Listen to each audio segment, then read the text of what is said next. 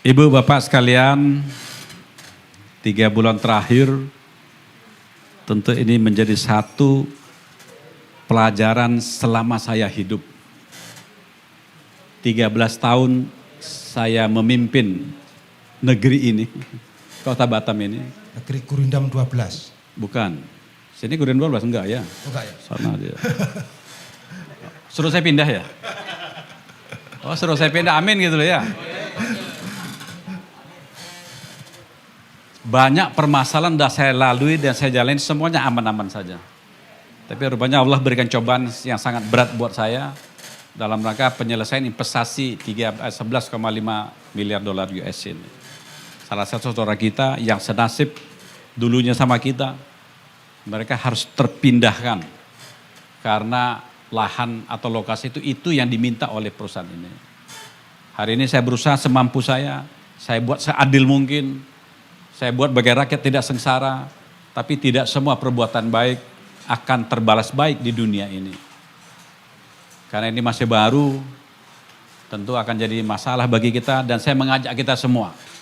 Kepada Bapak Ibu warga Kota Batam, warga Provinsi Kepulauan Riau, kabupaten manapun dia. Saya melanjutkan kontrak ini, saya anggap ini bisa membangun ekonomi kita. Kalau tadi saya kasih contoh, setahun anggaran 2 institusi pemerintah dan BP itu baru 6 triliun. Tapi dia akan masukkan 172 lebih dalam waktu 5 tahun. Artinya ini salah satu yang saya bangun hari ini. Yang saya bangun bandara yang begitu indah nantinya. Yang saya bangun jalan seluruh Kota Batam akan selesai pada waktu 5 tahun ke depan. Kalau dia 3 tahun, 5 tahun ke depan ini sudah hampir sama ini. Pelabuhan saya bangun begitu cepat. Rumah sakit lagi kita nego, LRT lagi saya semua siapkan. Tidak lain untuk komponen pemersatu kita semua. Intinya apa? Kalau ini selesai, rakyat Kota Batam akan menikmati kesejahteraan ini. Bukan saya.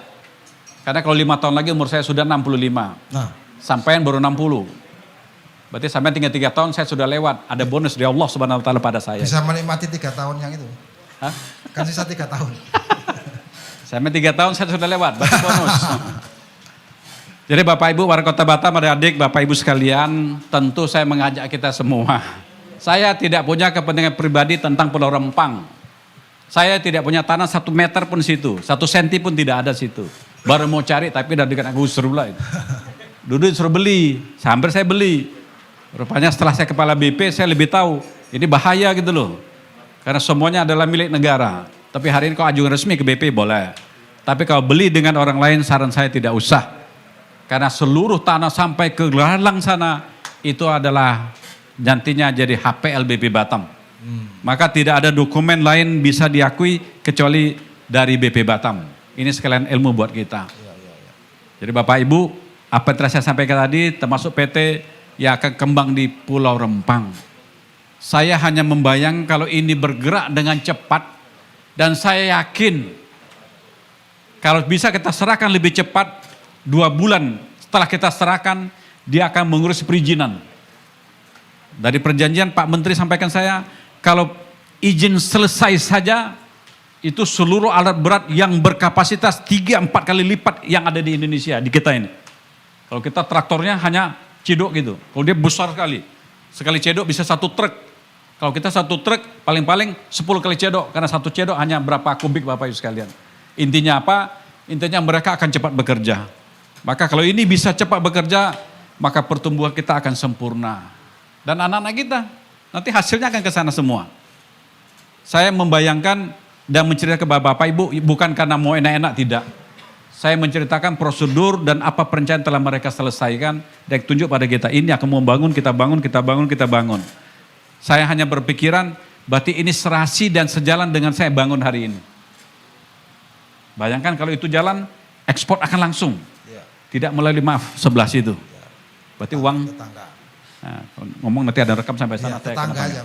Tetangga kan boleh 2, Tanjung Pinang kan. itu yang pelabuhan. Sekarang yang bandara.